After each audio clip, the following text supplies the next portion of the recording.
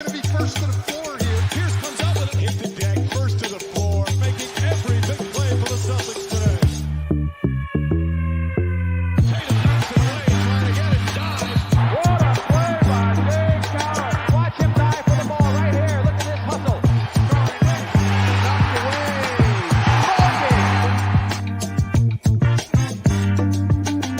Ben Vallis here with First to the Floor. Thanks for joining us. Hope you're doing well. Alongside me, as always, is Jake Eisenberg. Jake, how's it going, buddy?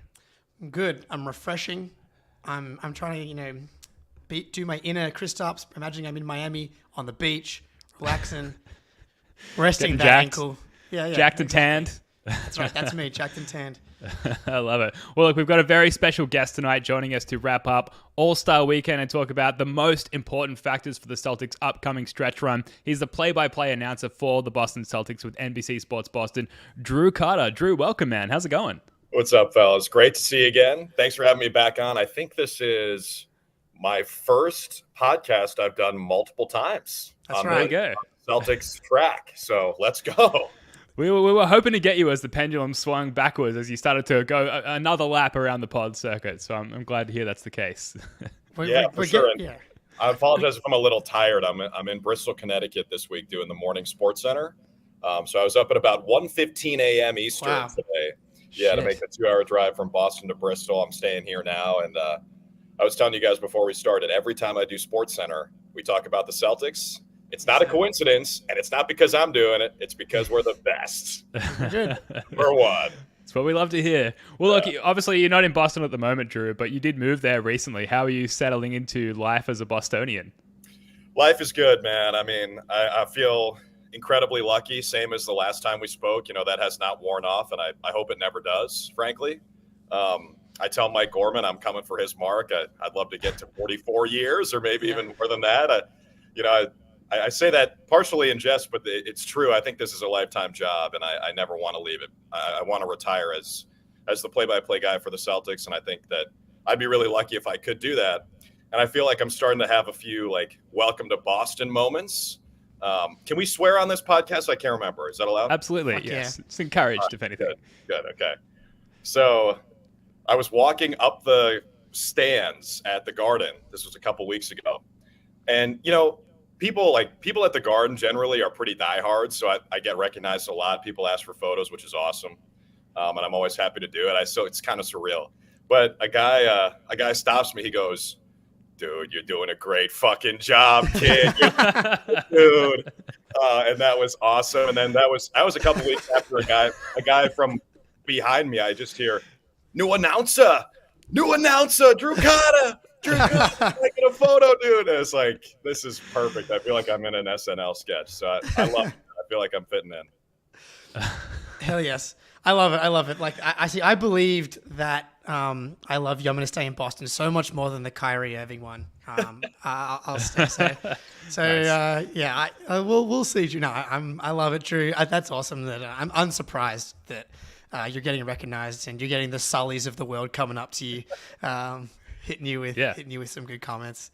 Yeah, you've nailed the accent as well very quickly. So that's very impressive. Love to see it. Well, look, let's start here, Drew. Jayson Tatum got asked this weekend what NBA rule he would change, rather. And he had a pretty hilarious and somewhat topical answer about rescinding technical fouls. Drew, with another somewhat lackluster All-Star Weekend in the rearview mirror, what would you change about the All-Star game to make it more interesting if you were, as Bill Simmons would put it, sports czar for a day? Fire Kenny Smith. I think that's the easiest. That would definitely help. God damn, man. No, I mean, look, I don't want to pile on. I know he's been getting roasted, but I think rightfully so. Yeah. I think he was pretty bad, especially during that Steph Sabrina thing, which was really the only good part of All-Star Weekend, if you think about it. What was good aside from that? The dude shooting half-court shots for 90 seconds total? That wasn't very good. I mean, Damian Lillard winning MVP. So just to give you some perspective on how I digested the All-Star game Sunday night, I had to be awake super early, like I said. So I went to bed at halftime, or at least tried to, struggling to sleep. I was thinking about, I was having dreams about Banner 18 and riding a duck boat. And Same. I couldn't get to sleep. I checked the clock. I'm like, oh, it's 11:30 Eastern. The game's probably over by now. Let me just check my phone, see who won. I see East with 211 and Damian Lillard won MVP, and I'm like, is the All-Star game dead? Like, that's awful. Could there be a less interesting outcome than that? Especially, how would he give it to Halliburton? Just stop the count. I know, yeah. Like 4 minutes in when he had 15 points in 92 seconds. Just give it to him. So anyway, I think it was disappointing. I was bummed about it. I think it has potential to be really good. I'm not one of these guys who's like, oh, it's a Travis. I saw Bob Ryan from the Globe. Sure, yeah. He's like, oh my, like he basically wants these guys behind bars because they don't play defense in the All-Star game. I'm not that aggressive about it, but I do think there's probably a way to incentivize winning that would make this more interesting. Maybe do it tournament style like they do with the Rising Stars. I thought that was great. I guess I should correct myself. I thought that was really fun. The Rising Stars with the G League team making a little run and beating the loaded team POW. Anytime POW loses, we like that in Celtics culture. Mm-hmm. But, I think there's got to be some way they can do it with the All-Star game. And the good news is, number one, Adam Silver seemed pissed. And number two, he's not the kind of guy who's like afraid to make big time changes, right? We've seen it with the play-in. We've seen it with the in-season tournament. We've seen it with the Elam ending in the All-Star game, like a televised draft. Remember when there was a time when it seemed like the televised draft, you mentioned Bill Simmons earlier. It's like, that's Bill Simmons' wet dream, but it would never happen, right? That's crazy. It's a crazy idea. Great idea, but crazy. And then they did it. And then they actually stopped doing it because people were like, this isn't that great anyway. All that to say, I think Silver is willing to take big swings, and he seemed like he was ready for a huge change last night. So we'll see. I have a lot of faith in him. Yeah, Jake, you got anything in mind? Well, I know in the First to the Floor Discord, we've been talking about it for the last 24 hours, trying to figure out a way to improve it. I know, Ben, you've been on, like, you give home court advantage to either the East or the West, whoever wins it. Which why not? So it's the most simple answer, right? That's what they do in baseball. Yeah, but here's the problem. Boston Celtics this year on pace to win 65 games and probably clear the West as well by 4 or 5 games. Imagine East loses last night and we end up having to play the Clippers, the Nuggets, whatever, and we're 6 games clear of them in the standings, but then the Nuggets end up getting home court advantage because they won this All-Star tournament, All-Star game. That's the only thing. Is that not spicy? They should have played harder. I know. It's true. Is that not like super fucking spicy? Like, yeah. You know what I mean? Like, if you're the best team in the league that's going to have like a real gripe about not having home court, if you're that far ahead of the pack, you should have multiple All-Stars, right? And then those guys have to give a shit. And maybe if you're Trae Young, right, and you're like, I hate the Celtics, F those guys, I'm going to tank this game so they don't get home court advantage. Maybe that adds an interesting wrinkle. But, I mean, if you care about the All-Star game, you got to do something, right? And there's always going to be a but there. It's always going to be like, well, do we really want to put that much emphasis? You can't have it both ways. Like, do you want it to be a real game or not? So I think that's a good idea.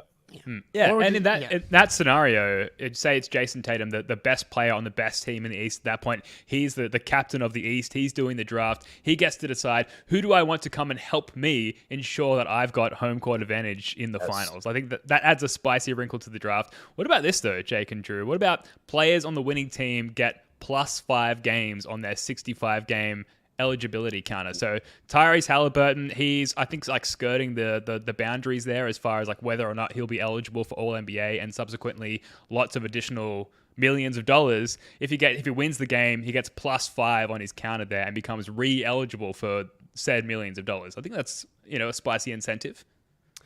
I like it. Yeah, I like it. Yeah, that's a good way. I was thinking like it would be so hard with the schedule.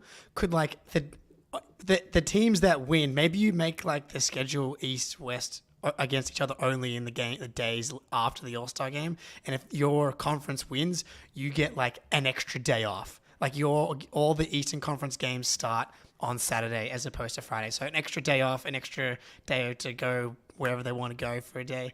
Yeah, or you pay them all $500K like you did for the in-season tournament. It's like, and that seems to work, which is shocking to me considering maybe it doesn't work quite as well because we're not trying to pay off Luke Cornett's mortgage like we were in the in-season tournament. But these guys seem to still care about $500K despite making 40+ mil. How about you get an extra trip to Miami or Atlanta? You get to trade out like a Portland or a Memphis trip for one of those destinations everyone wants to go to. How do you guys feel about the 65 game rule, by the way? Are you in favor of that? We support the team with the Iron Man, touch wood, Jayson Tatum, who seems to be not bound by such boundaries. So I'm largely indifferent, given that it's irrelevant to our favorite person on the planet Earth, Jayson Tatum. I don't know, Jake, have you got a more critical view? I think there should be a limit. Maybe 65 is a tiny bit high, but that's also like it's not that high. And being durable is incredibly valuable. Joel Embiid, even before he had got injured, the Sixers were 3-7 in the 10 games he'd missed or something. It's like, if you play all those games, you're going to most likely win those games. There's legit, it's just like a very tangible value. Yeah. If you're on the court, it's very valuable. Maybe 65 is a little too high, but I like that there's a cutoff. And then and people are like, oh, Tyrese Halliburton's going to miss out on the Supermax. Again, I'm not crying too many tears. World's smallest violin for I'm like, oh no, the $200 versus $300 million contract. I'm not too worried about that. So play maybe that you alter it where it's like if it's one injury that you miss for 10 in a row, it caps at like 5 for the same injury or something like that. But I don't know. What do you think, Drew? I don't know. I go back and forth on it. I think it's a good idea, kind of ham-fisted execution with just the raw number. I do agree though, Jake. I like how simple it is to follow. But the thing is, the NBA is already adjudicating whether injuries are real or not. Like they're handing out fines in this new load management program they're doing, or player participation program. So if you're going to do that, then why can't you extend that same jurisdiction to the 65 game rule, especially if it is going to affect guys' contracts, which that is another rule, by the way, that I think needs to be changed. Like if you're Tyrese Halliburton, you're already signed. I'm kind of confused by the mechanics of that rule. And I think it was put in place for, let's be honest, a guy who was an exception in Derrick Rose. Like that dude was an outlier. It's very rare a guy will win an MVP when he's 21 or 22. So, I think they have some tweaking to do with that. And I think the same thing could be said for the All-Star game. And maybe that 5-game thing is a good idea, like toward the 65 game limit. I just feel like then you're taking a step forward and 2 steps back because you're sort of undercutting another one of your like inventions this year. You know what I'm saying? Yeah, totally. Maybe there'll be like exceptions like there are with the cap. I don't know, personality or injury specific or team specific exceptions, based on injury history or injury severity or the way in which your injury came about. I'm not sure. Not to like get too sidetracked on this, but I remember when we were playing Philly, we were at Philly. It was like mid-November, and Embiid was questionable, like really questionable. And I actually can't remember if he ended up playing. I don't think he did. I think he missed that game. And I basically hunted down Brad Stevens in the tunnel, like cornered him, accosted him. And I was like, can you explain the player participation rule to me so we can explain it to the viewer tonight? Because it seems like nothing has changed. Like, are they going to get fined for this? How does this work? And Brad is probably the wrong person to ask about that generally because our guys don't sit. Like we don't have anybody who really manages their load aside from Kristaps Porzingis. And, I think, but see, that's the thing is like, I don't know how this works. He has a really checkered injury history. Yeah. So does that lower the bar for, what has to happen before they get fined? Nobody understands the player participation. I don't even think the teams do. Like you just can't write DNP old like Pop did that one time for Tim Duncan. I think that's the only thing we know. I love DNP old. What did the Heat do? They did like DNP for like Kyle Lowry and Kevin Love to get some younger guys. I forget. It was a very creative way to do it. But the Celtics aren't a team that typically really has to worry about this. Look, and they just need they're trying to get these star players to play. But if you're Kawhi, it's like why would you push it when I'm someone who hasn't been able to play like a full season in like 4 years? Like why? And now he has an adductor injury, and is that because? And then you've got the fucking the piece of research that the NBA did that like back-to-backs don't impact injury. It's like sure, like I don't know, man. I'm not a scientist, which everybody here is very aware of. But like. I don't know. The more basketball you play, the more likely you are to get injured. Feels like pretty sound logic, and like the NBA led research shockingly I said know. that. Yeah, but we watch it with our own teams, like guys that play on back-to-backs, like the odds, the lines for betting are lower. Teams that don't perform quite as well. Like the Celtics are like one of the best teams in the league at like 15-4 or something over the last 2 seasons on back-to-backs. But like that's because they have a bunch of young guys that are awesome. It's like, anyway, we can. Well, there's too much meat on that bone. But I mean, the NBA has like a serious issue as they've addressed with guys not caring about whether it's a regular season game or the All-Star game, whatever it is. Like that's a problem. And how do you get guys to give a shit again? I mean, there's a video circulating from the All-Star game like 20 years ago where Kobe and Stephon Marbury are going back and forth, and it's competitive and it's fun and it's intense. It's like, how do we get that to happen again? Is this just soft ass generation or what? I don't know. I think I saw on Twitter today, like this is LeBron's fault. This is LeBron's fault for the friendification of the NBA. I also saw Nick Wright. He was, stop me though. The worst person makes a comment that you agree with. But you're kind of like the Australian Nick Wright, Jake. I think. I'll do it, dude. I'll be the Australian Nick Wright. But he was basically saying rings culture has effectively. That's like a flow-on effect of this, right? Like everybody's like the Celtics have won more playoff games than any other team in the NBA over the past 6 seasons, which is cool. Also hurts that we've won so many playoff games and not won a title. But the easiest way to clown the Celtics, for likes and whatever, is like they can't get over the hump. They're not clutch, et cetera, et cetera. But like there's no value placed on like real success in the NBA. Like that's really hard to do. Like Jaylen and Jayson have like the most playoff wins under a certain age, and they're kind of penalized for it. Joel Embiid, we do it on this podcast, can't get out of the second round, but like no matter what he does in the regular season, 70 points, whatever it is, it's always diminished because it's the regular season, and then that flows on to the All-Star game. It's almost like tall poppy syndrome, Ben, in Australia. True, like we have this thing in our culture where it's like tall poppy syndrome. As soon as one person like tries to be different or cool or try something, it's like in our culture to be like, look at this fucking dude like trying. And which piece of shit. Yeah, and like it's kind of like the All-Star game. Like if someone had gone out there and like tried on defense, up possession after possession, everybody would have made fun of them. It's like you're so right. So I don't know how you fix it exactly, but yeah. Do you remember when there was that video off-season workout? Joakim Noah and Devin Booker were playing together, right? And Book's like, we're not doubling in this. And Joakim's like, yeah, we are. Yeah, we are. It's like Joakim Noah's a relic, dude. He's a blast from the past. Guys like that just don't seem to really exist anymore. But one little sidebar on what you just said. I know we're throwing out the rundown here. Sorry, Ben. But you're good. I'm so sick of the discourse around the Celtics being like they can't perform in the playoffs. I'm like, was I dreaming when they were in the finals 2 years ago and they were in Game 7 of the Eastern Conference Finals last year? I know, like, sort of got popped in the mouth by Miami, and that was embarrassing. And I know Game 7 was really disappointing last year, but they were one win away from going back to the finals for a second consecutive year. And it seems like all I hear is like, why can't Jayson Tatum win MVP? Oh, because he hasn't won an NBA championship, so nobody trusts him.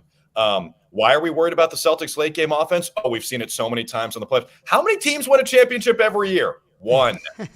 Really hard to do. And by the way, Jayson Tatum and Jaylen Brown are in their mid-20s. When did LeBron win his first? When did Jaylen Brown win his first? I'm just so sick of this idea that like the Celtics choke and shit down their legs in the playoffs every year. It's just not true. Yep. Hey, dude, you came to the right place. Welcome to the club. Well, it's honestly, Drew, it's very endearing to see that you're like fully indoctrinated into the like lifelong frustrations of current Celtics fans. So that's really, really good to see. Go ahead, Jake. I'll make one comment and then we'll move on. But like, it is really just purely a victim of their own success. Like, like them being the 1 seed and Brad and Danny doing an awesome job early, and Tatum going to the conference finals and Jaylen going to the conference finals at that age has completely fucked up the discourse around them, because it's just like Steph Curry, like the Warriors barely got out of the first round until he was like 25, and so there's nothing they can do about it really besides win. The good thing is like it doesn't obviously like really impact them, and all they continue to do is get better. And so like, look, it's just they've got the blinders on. But I do feel kind of like this on a regular basis. I feel like Jon Snow in Game of Thrones every day. This is Greeny every day on Twitter. On Twitter, dude. Yeah, Greeny and me just going to war every day about the misinformation on Twitter. But all right, we'll jump back to the All-Star game and then we'll get into what we want to see from the Celtics for the rest of the season. But we'll do a quick draft here. Favorite or least favorite things from the All-Star weekend. I feel like we probably covered the effort aspect, but Drew, I'll let you go first. What was your favorite thing from All-Star weekend? Well, see, because I have the first pick here and it's a Celtics podcast, I feel like I have to take the left-handed Jaylen Brown dunk with the off the board. There's layers to it, guys. There's layers to it. Michael Jackson's from Indiana. You know, Jaylen Brown, we know about the discourse around his left hand. I just think that it's really refreshing when people just take a narrative on and on, you know, like for Jaylen Brown, I don't even know if he's ever talked about the fact that he knows people think he can't dribble with his left hand, but he basically came out and said, I hear you, F you, watch this, you know? And so I really like that. Plus the fact that he was in it at all, I think is really cool. So that's going to be my first pick. Love it. Yeah. And of course, Michael Jackson is from Gary, Indiana. Is that a dig at Gary Washburn? Who's to say? Certainly not me, but yes. It's there. It's there for the conspiracy theorists. Jake, who's next? Is it me or you? I'll go. I'll take the reins here. You mentioned it earlier. Sabrina versus Steph was easily like the best event, and the 3-point contest in general is the best event now because everybody tries, and that's all we care about as sports fan is competition. And the Steph versus Sabrina thing was legitimately sick. I thought it was awesome. I was like really locked in. I bet on Sabrina because I'm a psychopath, but She did really well, man. Like I would love to see that be like a staple of the All-Star game going forward. Like maybe it's like Dame and Steph versus Caitlin Clark and Sabrina once Caitlin Clark comes into the league or something like that. Because then it's like legit. Like people care about it for a variety of reasons, and both competitors are really into it, and that's all we want. And so that for me was easily number one. Yeah, definitely, like you said, Drew, ruined slightly, not to put the words in your mouth, but by Kenny the Jet Smith. It's just his take on the situation, the narrative that he constructed there was just unwelcome, and there seemed like a huge lack of awareness from his part. But certainly that moment, it felt like it was a huge bringing together of a more collective, cohort of basketball fans. And like the whole shoot mentality. It doesn't matter like what league you play for, what level you are, what your walk in life is. Like if you can shoot the fucking ball, then like you can go up against anyone, including Steph Curry. So that was awesome to see. My favorite moment that I'll take is definitely Jayson Tatum beating Larry Bird, which is just so good. There were not enough tissues in my house to dry my eyes after the man tears that I cried. Thanks, Jake, for clarifying. And here's what Jayson Tatum had to say after that moment. He was in the locker room before the game. Him, Adam Silver, and Dr. J, they were talking to us. And, once they got done, I thought I was going to be able to shake his hand. I turned around and he was gone. And I remember I was saying, man, I never met Larry Bird. I'd never been in the same room as him. As crazy as that sounds, it's never worked out. So Taylor, our PR girl, saw him before I was sitting on the sideline and she grabbed me. She was like, he's over there. And I got a chance to go meet him and tell him how, much of an honor it was to meet him. And, he told me he was looking forward to meeting me. So that was crazy to hear him say that. He's a lot taller than I thought he was.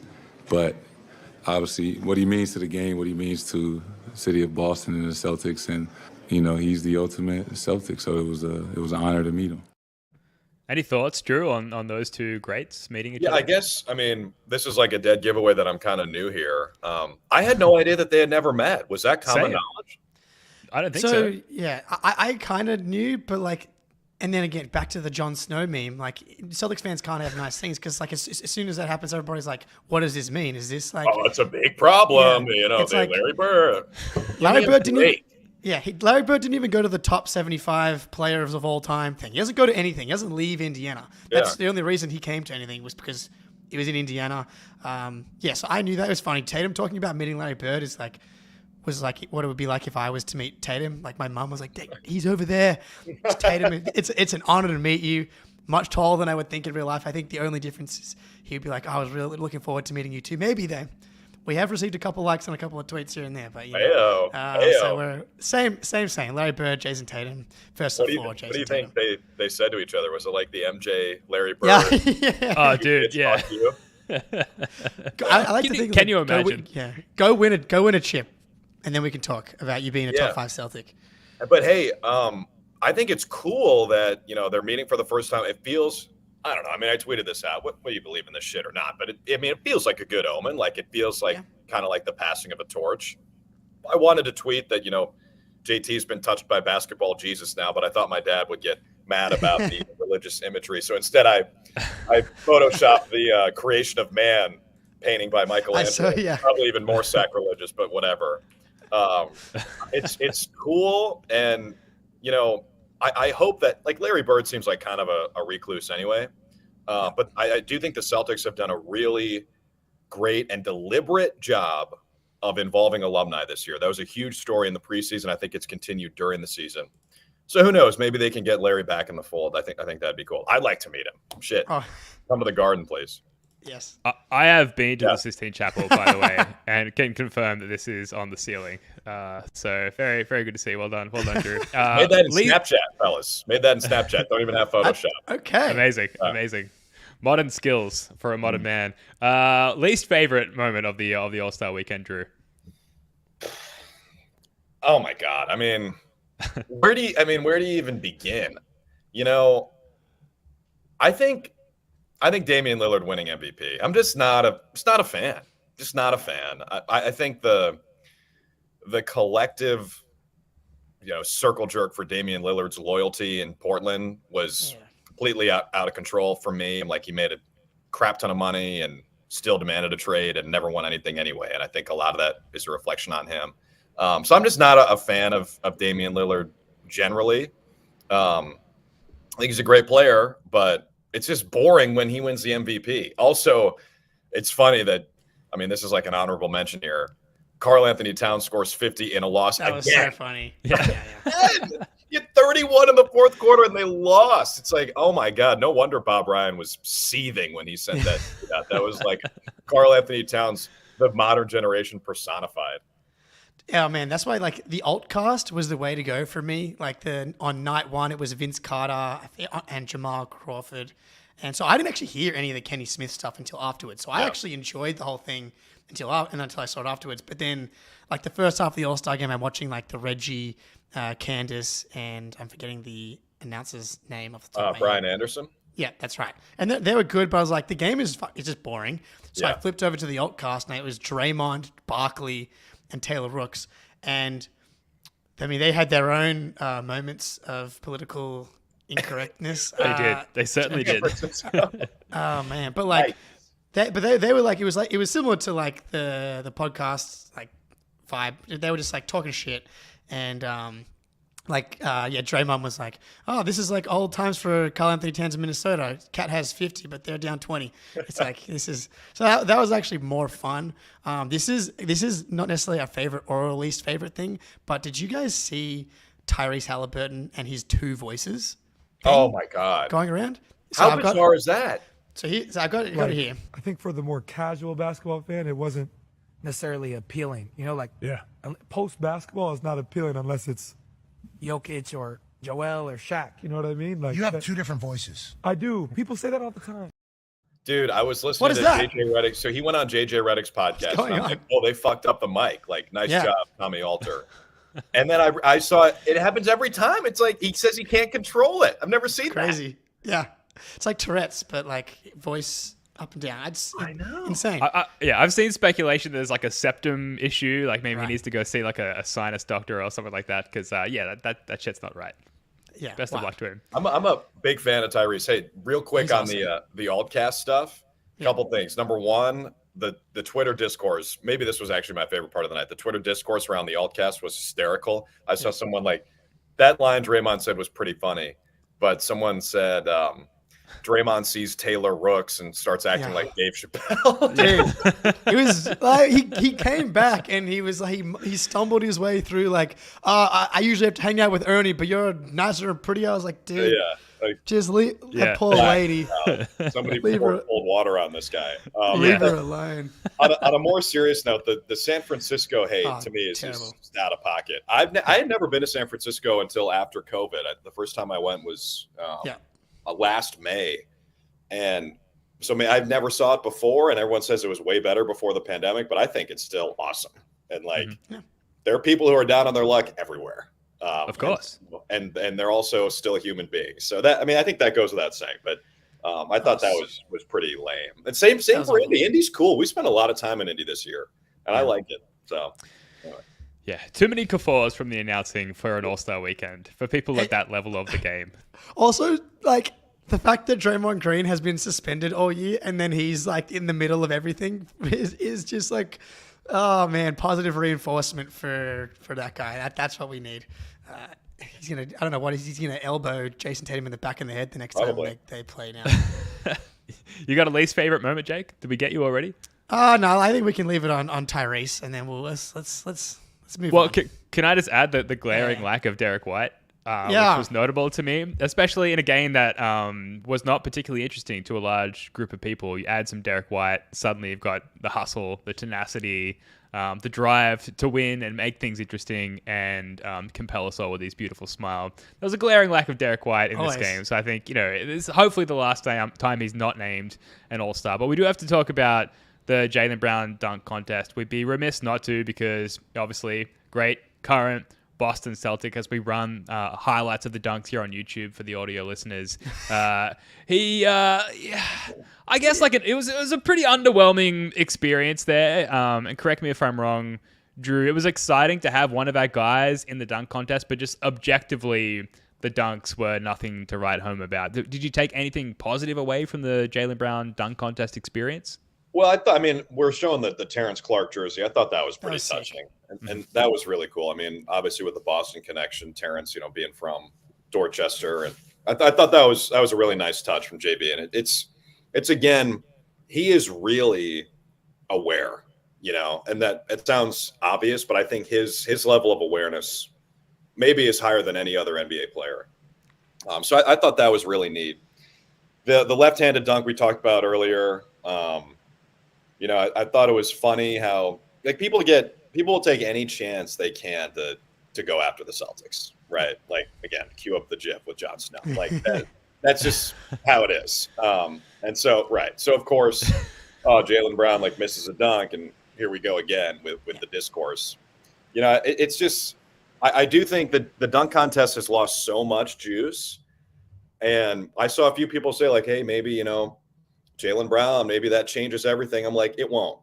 It won't. Sorry to be a cynic, but it's not going to happen. I feel like we've had, here and there a big name player like John Wall was in it once. It happens where once in a blue moon, a big name player will do it and nothing changes.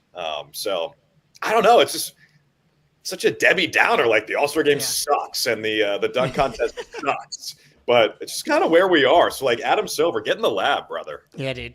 Yeah, things that are, I don't know. That's why whatever the 3-point contest, if that works, then you got to start to reverse engineer it from there. Yeah. The good thing is with Jaylen, he listened to me for the most part. I was just stick to windmills, power, nothing too complicated. Just complete your dunks. The Terrence Clark thing was incredible. I thought they changed the Celtics. Firstly, the broadcast missed Jaylen's first dunk, which what's going on? What are we doing? Would never happen on NBC Sports Boston. Of course never. not. Of course. And so I thought the dunks were good. He just went a little off the tracks. He should have kept the D Brown thing a little more straightforward. Yes. Jaylen just keep it simple, and then the dab afterwards. It was just kind of hilarious that he still tried to do it even after he dunked it. Oh shit! Yeah, he messed that up. He messed that up. But I like the Terrence, objectively, when they just do the dunks, windmills through the legs, they're cool. I think the expectations have just kind of got out of control for the dunk contest.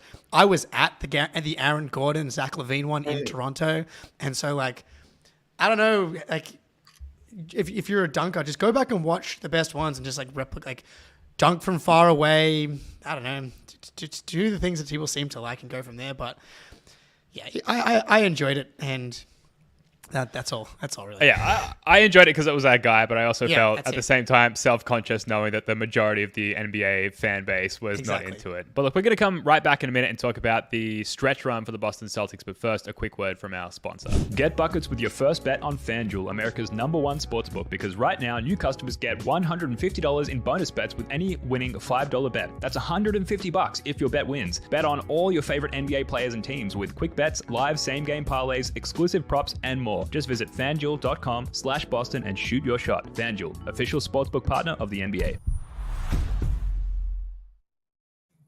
So before we get to the upcoming stretch run, Drew, I got to ask, because Wick came out and said something along the lines of revealing that a documentary crew is following the Boston Celtics around this season, quote, Last Dance style, which is probably a poor choice of words. Bad choice of words. You're obviously close to the team. You're right there. You're announcing the majority of, or all of away games. Have you noticed this documentary crew around the team at all? Has that stood out as peculiar to you, or is there no frame of reference given that it's your first season with the team? Well, it makes a lot of sense that O'Shea Brissett carries a camera around everywhere he goes now. Maybe he's part of the documentary crew. I don't know. I mean, I've seen guys filming stuff that looks like for a documentary, but there's also that Netflix show about Jayson Tatum, right? True. Right. And so one of the games I saw them filming at, they were playing somebody else who's also featured in that documentary. So I that's what I assumed it was for, but maybe it was for this other thing. Here's what I'll say about Wick. I've never met an owner, and not like I know that many owners, but I've never seen or met an owner who seems to care as much as he does about the team winning. And I think that's to his credit. I think that colors a lot of the decisions he makes, like spending a buttload of money on his team. He was on the broadcast a couple days before Christmas when we played the Clippers and smoked them at the crib. And then they obviously got revenge a little bit later. But we smoked him on December 23rd. And Wick came on the show in the second quarter with Donald Faison, of all people, of Scrubs fame and T-Mobile commercials fame. Those guys are collaborating on a new NBC sitcom. So anyway, all that to say, Wick was on the broadcast, and a guy went under Tatum twice. Yes. I think there was a flagrant issued, and Wick was like pissed. Like, I thought Wick was going to jump down from the concourse and fight like Marcus Morris or whoever it was. So Wick definitely cares a lot, but you're probably right, Ben. That is maybe not the best word choice. Yeah, no. Look, as you said, Wick's spending a lot of money. He's just trying to make new revenue streams here. He's like, I got a lot of tax bills coming in the next couple of years. We got to get, as soon as that show comes out with the Scrubs guy, we all got to have that thing just playing in the background. And it's just, we're going to get that thing syndicated, this documentary. There's so many cameras around these guys all the time. Like, I'm not surprised you wouldn't notice anything different. It's like they all like Tatum has Brett Hampton, and a lot of them have like their own guys anyway. So like I don't even know how different it would be. But yeah, not the best choice of words. It's gonna look sick though. If they win. Is this a Celtics produced documentary, or is it someone else?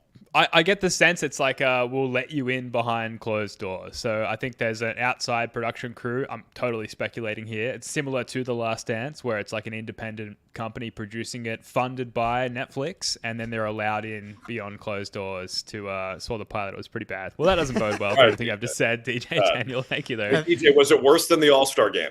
What would you rather watch? And we all watched that. So yeah, the bar's low. Yeah. Hoping that's the sitcom show, not the documentary show. Oh, Definitely the sitcom. That's a good point. Scrubs guy, as you called him. While we're on the topic of documentaries, you see what I'm wearing here? My NBC Paris 2024. Oh, sick. Oh, hell yeah. So NBC Sports Boston, of course, an NBC station. That's where I got this. I can't reveal, I think, anything beyond this, but I'm just going to say, make sure you're following us on social media, NBC Sports Boston and the Celtics specific account. There's a project in the works that is, I have not been this excited about something in a long, long time. It is a documentary style feature, and people are going to love it. Guarantee. Wow. Guarantee. So keep an eye. I think later in the spring, we're going to be announcing that. Okay. We're getting scoops here, Drew. This is we will be there. Yeah. Whatever it is, we'll keep an eye on that. That sounds amazing. As just rabid content consumers of all things basketball and sports, and certainly Celtics as well. That sounds really exciting. Jake, do you want to tee us up for the final segment here? All right. Final stretch. Less than 30 games left. Celtics were up to a 98% chance of securing the 1 seed in the East via playoffs. Shit, really? Yeah. According to who? Via playoffstatus.com. Our schedule's gotten easy. 6-game lead is like insanely difficult to come back from with that amount of time left. Like, if we kept up the same pace, the Cavs would have to go undefeated pretty much in order to catch us. And even if we drop off, it's going to be really hard because we also have the tiebreaker against the Cavs. Anyway, final stretch. It's going to be relatively difficult, I think, to manufacture like high level effort at times. I think but human nature. Yeah. But like, what do we want to see kind of as a collective or individually? I'll start with Tatum. I personally have loved the playmaking leap that we've seen in the past 10 games or so, averaging 7 assists per game over the last 9, up to 4.8 on the season, inching closer to our first Jayson Tatum 5-assist season, which would be awesome. Like, last 10 games, he's at 29, 8, and 7, which is just absurd play. So for me, Tatum, it's the playmaking and specifically the short roll passing, because if he's got that nailed for the playoffs, gets the offense going, we get ourselves out of the mud in tight spots. For me, Tatum, can we have this playmaking leap hold? Jake, will you say that stat line over that recent stretch again? Because it made me hot. I want to hear it again. Say it slowly and 29, sensually. 29, 8, and 7 over his last 9 and shooting 51, 36, 91. So yeah, everybody. Heavy breathing. No one stand up. Oh, I know. Crazy that it would be his first 5-assist season. Yeah. You know, what I want to see from him is, and I think you've done a really good job on social media highlighting this, guys. His defense is really freaking good and pretty underrated, I think, at this point of his career. When he first came into the league and he was not the first option on the team, I think he got more credit as a defender, somewhat, ironically. Now that he's the first guy, the conversation starts and ends with his offense. But I think my favorite Tatum moment of the season actually came in a loss, and it had nothing to do with offense. It was when he clamped Shai Gilgeous-Alexander in the fourth quarter after he was cooking us for the first 3 quarters and cooking good defenders too. Like D. White and Drew Holiday, the best defensive backcourt in the league, but Shai's just so slippery and crafty. You need to put size on him. And I thought when Tatum took that assignment, I was really impressed. And I was like, hey, there's reason number 35 why it's different this year. It just seems like those guys, he and Jaylen, are just really willing to do what's necessary to win. It doesn't really matter if they score 30. So I'd like to see more of that. I think you're right about tough to manufacture effort, but the beauty of our team is these guys actually really like basketball. Like, as simple as that sounds, you don't always know that with the stuff we talked about earlier in the show. I think our guys just love to play. And so I think we won't have a problem generating the effort. The only thing we might see is guys resting a little bit more because, I think the biggest concern is health, especially with a history like with KP. But when they're playing, they're going to be playing. That's a guarantee. People want to hear nicknames as well, so I'll say as I circle back on some Tatum stuff. Big Juice, Taco J, all common nicknames that you know, Drew, so we won't try and hammer those home too hard like we did House Money, but I'll say the pull-up. Big Deuce or Big Juice? I couldn't tell with your Aussie accent. Big Deuce? Am I mispronouncing it? Yeah, Deuce. I thought I heard Deuce. I was like, that's a new one. It's a dialect thing, clearly. The pull-up 3, 44.1% in January, 33.3% in the last 5 games. So that has dropped off a little bit. And Jake, you mentioned it, especially with regards to the short roll passing, the threat of the pull-up 3, the double, sort of jumping over the screen at Jayson Tatum and opening up that pocket of space for that short roll pass is huge. The threat of the pull-up 3 needs to sort of remain just that, a threat for that look to be there for Tatum. especially at half-court offense in the playoffs, we're looking for little seams like that to open up to have effective offense when the game slows down a little bit. So for Tatum, that needs to remain the case. I had a little interaction with Drew Hanlon on Twitter before we went live here, where he talked about like going in to Boston and meeting up with Jayson Tatum midway through the season and correcting the height of his shot pocket. And then since then, you can track the data, the percentage of his 3-point looks from that point onwards have gone up exponentially. So hopefully, maybe we need another visit from Drew Hanlon based on these last 5 games. But yes. That's a huge stat that I'm looking at trending towards the playoffs. Drew Carter. Jaylen Brown, obviously another prominent player for the Celtics. Is there something specifically from him individually that you're looking for this final stretch run? Just consistency. There have been stretches this season where it's like, wow, Jaylen Brown has taken a huge leap. And then there have been stretches this year, starting with that Clippers loss, and really going through the All-Star break where he just did not look very good. It looked like he was going back to his old habits, oh shit, here we go again, shooting a low percentage and turning the ball over and probably shooting a little bit more than is necessary. I'm curious to hear your guys' thoughts on this. I don't know if you saw, but NBA University is one of my favorite accounts on Twitter. They put out that the Celtics are like plus 16.6 per 100 when Jaylen Brown isn't on the floor. And I found that interesting. There's a lot of noise in those numbers, and you can never really take them at face value. Like, we all love Derek White, but none of us thinks Derek White is the best player in the NBA. As great as he is, and he's leading the league in that. I mean, maybe you do. I think Jake does, but yeah, you might. You might. I don't want to speak for you, but I think there's a lot of noise in those numbers generally. But I think there is something there where I think when you have both Jays on the floor at once, and this has been a problem, since they became the guys, but there is a little bit of my turn, your turn that can happen. I think we're a lot better with that this year than the team has been in the past. But there can be a little bit of that. It can be a little sticky. When one of those guys is out there, I don't worry about it. But when they're both out there, it can be like they're taking turns. And the team is just too good for that.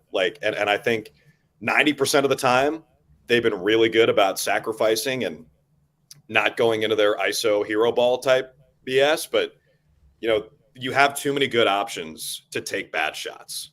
And so that I just want to see a little bit less of that from really both those guys, but specifically Jaylen. Yeah, I think that Clippers game, Jaylen, what I loved from him this year was he's played the best defense of his career this year, and he's like made it a legit mental focus to make the right play more than he ever has before. And to me, it looked like him and Drew Holiday in particular were the two guys that really wore down towards the All-Star break. And that speaks to maybe why that Jaylen didn't play in that Brooklyn game. Those numbers, I do get it. And obviously the Brooklyn game, the Celtics go nuts. Jaylen Brown doesn't play. How much of that is because Jaylen Brown doesn't play? He also didn't play in that Grizzlies game. They won by 40. I think we still would have won those games by a lot if Jaylen had played. I think so. and the net rating stuff, obviously, you want to combine eye tests and the numbers. Jayson Tatum for the first time, really in the last 3 or 4 years, is not at the elite of the elite of EPM and some of these advanced numbers that are kind of catch-all. And it's okay, well, is Tatum playing worse, or is it he's actually just taking a step back here? Because last year he was elite across a lot of that stuff, and now he's clearly made a change to his approach this season, and so has Jaylen. So I don't know. To me, it doesn't matter. What really matters is those 5 guys, and what do the numbers say when those 5 guys are together. There is a little bit to it, I think, just the way the ball moves without Jaylen out there, because you're probably replacing Jaylen with Horford a lot of the time, and in those spots, and who's just a great ball mover. But when you get to the playoffs, the ball is gonna slow down anyway, and that's why Jaylen Brown historically has been such a good playoff player, because the game's about a bucket a lot of the time, and he's able to get those.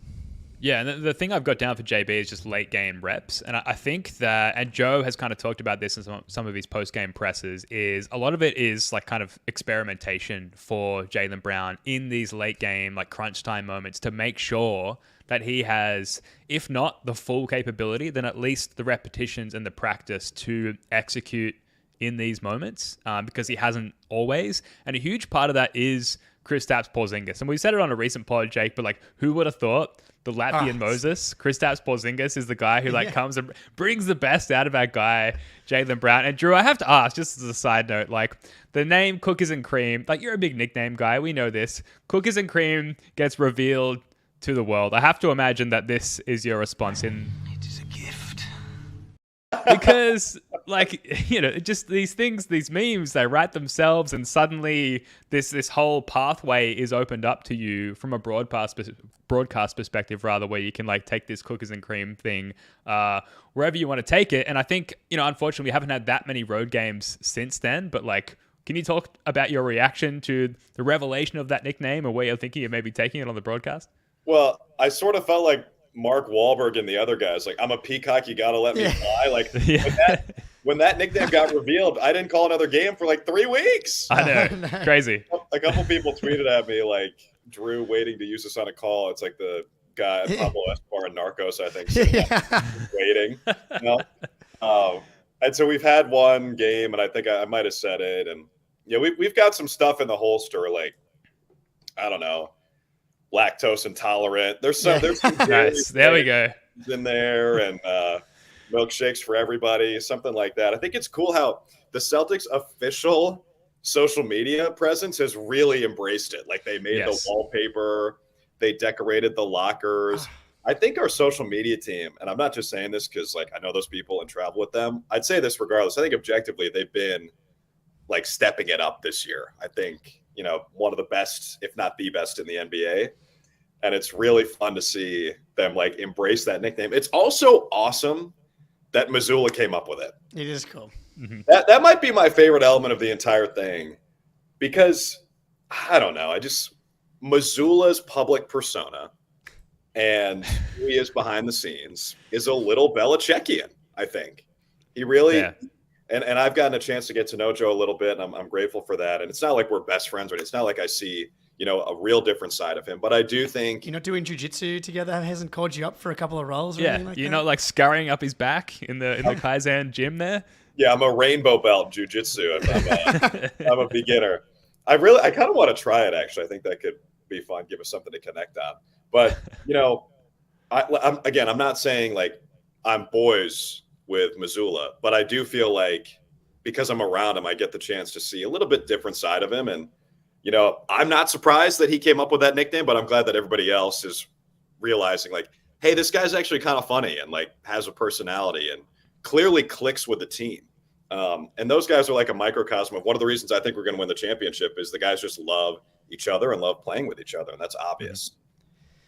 Yeah, they've been awesome. I'm a tiniest bit concerned we're gonna overdo it. So I think this All-Star break came at a good time. So it's like you know what I mean. When you say we're gonna overdo it, you mean I'm gonna overdo it on the broadcast? Yeah. Do you mean specific to Cookies and Cream, or what? Yes, what are you talking about as a collective Celtics group, like Twitter, everywhere. Like I'm just you know, we got it's like anything. You gotta, and Drew, I mean, you know it better than anybody. You I'm sure you'll nail the balance perfectly. Probably not.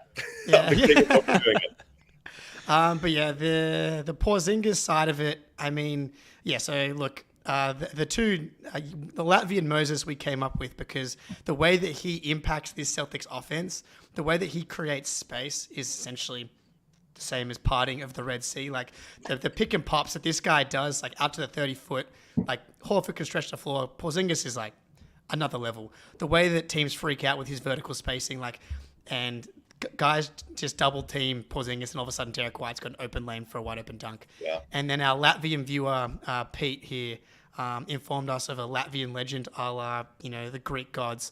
The Bear Slayer is an historical figure. Yeah, historical figure in Latvian lore. Here he is, the official nice. Guy, and then the 2024 version, obviously. Thank you of course. It's Red's number, isn't it? I didn't. It's an homage. It's an homage to Red. Yeah. For me, the one thing I would like to see KP work on is his ability to deal with stretch bigs himself. I think, and that's just the nature of stretch bigs are hard to deal with, which is why they are so valuable in the NBA. Going back to that OKC Thunder game, he's a little in between on on his contests and his closeouts. I want to see him clean up how he deals with stretch bigs. Sometimes it feels like he's just playing off them a little bit too far. Because I mean, he can hang with pretty much any stretch big. Like, I don't think Brook Lopez is going to dust him off the dribble or anything like that. So I think that he can definitely close out a little bit harder on some of those. So that'd be like an on the court thing from Porzingis. I'd like to see him tighten up just a little bit. But like other than that, man, like it's just health. Otherwise, if he's healthy, like I think this team is just so good. It's a good call, Jake. Like, the same way that the Celtics are going to relentlessly abuse mismatches on offense, and they've done that throughout the regular season, specifically with him. Other teams will do that to us in the playoffs. That's like the trademark. That's how the game changes, is if there's a mismatch, you find something you like, you're going to it until they prove they can stop it.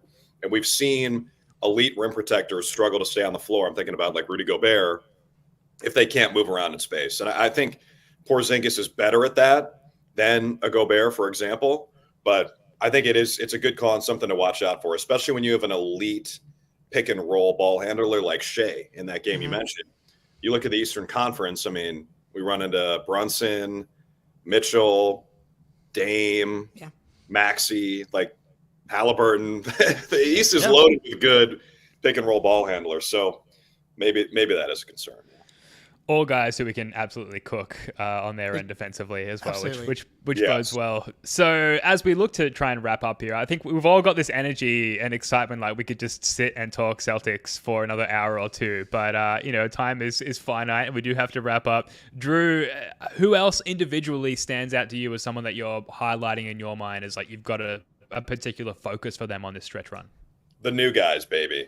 The new guys. I got to read it. The Latvian story does end up somehow badly. Fights I didn't know. Will fall in the river to death.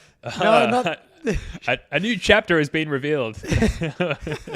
As long as it happens after mid-June. Yeah, that's right. Fall into whatever river you want after Banner 18, Christoph. Yeah, just climb out in October again, please. Yeah. So the guys I'm most excited for are the new guys. It's the easy answer, but I'm stoked to see Tillman and Springer. I don't have any inside info on when they might play. My guess is that we'll see them pretty soon after All-Star, at least I hope. I actually think that, Tillman, I think people expect him to play a decent amount, and I think he will, but Springer's the one that's kind of a question mark. I think he might play a decent amount. The guy is super talented. He was one and done at Tennessee, first round pick. Like there aren't that many guys. You hear about the really famous ones who go one and done and get drafted in the first round, but not that many dudes pull it off. And so I feel like Springer just never got a fair shake in Philly, and I don't really understand it. I called one of their summer league games this year, and he was super impressive. He was probably the best player on that team. He seems like a delightful dude. I walked up to him after a game, and this was in Brooklyn, and he was talking to somebody, and I just kind of interrupted. I'm like, "Hey man, sorry to bother you, but just want to introduce myself. I'm Drew. I call the games on TV on the road." And he I don't know. Some people just have an it factor, and I think you can kind of see it in the video where they all get Valentines, like custom Valentines. He's the last one in there. He's just got a great smile and a great energy about him. And so I'm really excited to see him fit in with the guys. And also I actually think he will play, and he's going to be a really valuable defender. Like, imagine if these are all guys who don't start, like Jaden Springer, Xavier Tillman. I think Pritchard's a pretty good defender, given his size deficiency. Mm-hmm. Like Namish Keita protecting the rim. Hauser's an underrated defender. We all know why. Like, all those guys coming off the bench, pretty damn good defenders. Like, there's really no weak link on the team. Yeah, I hope you're right. I would love Springer to be the guy that gets some minutes. We'll see. It's hard with the spacing, because the spacing is one of our superpowers, and it's going to be tough if you have both those guys on the floor. The thing is, if he is actually able to come in and be like a legit plus defender, then he can play, because you're going to be surrounded by legit offensive weapons across the board. And someone gets into foul trouble, maybe you chuck him on a Dame or whatever. I hope so. I'm like lower on his ability to stay on the floor offensively in the playoffs, but I'm huge on Tillman and what he can give us, but yeah. I'm just rooting for the guy, to be honest, because multiple reasons. Didn't really get a chance in Philly after they drafted him in the first round. Fuck Philly. Yes. How great would it be if Springer turns into like a star for the Celtics? Oh my God. Dude, amazing. Brad and the Celtics ownership of the Sixers continues. Yes. The Schadenfreude alone would be fantastic for the Springer. aura boost. Yes. And you mentioned Tillman. Like, I think playoff-wise, just as we look to wrap up here, his ability to switch on an Al Horford-ish level, although hopefully with younger legs. I know we've got comments here that, he's got some injury issues of his own, which is very much the case. Yeah. You mentioned Sam Hauser. I think the house trap is underrated. We've talked house money on the show before. The house trap, incredibly underrated just as far as how he can lock guys down sort of unexpectedly, given his glaring whiteness. And then Luke Cornett, how will he merge with this switching ability that Xavier Tillman adds? Luke Cornett, of course, the Corn Hub, as we call him on the show. Can he be consistently a Cornett positive, a Cornett neutral, or will he be a Cornett negative? It remains to be seen, but I do envision some minutes for Luke Cornett in the playoffs, Jake, particularly if drop coverage is what's needed defensively in a given series. Would you agree? Yeah, I do think if Tillman's healthy, he's going to take all of Luke's minutes.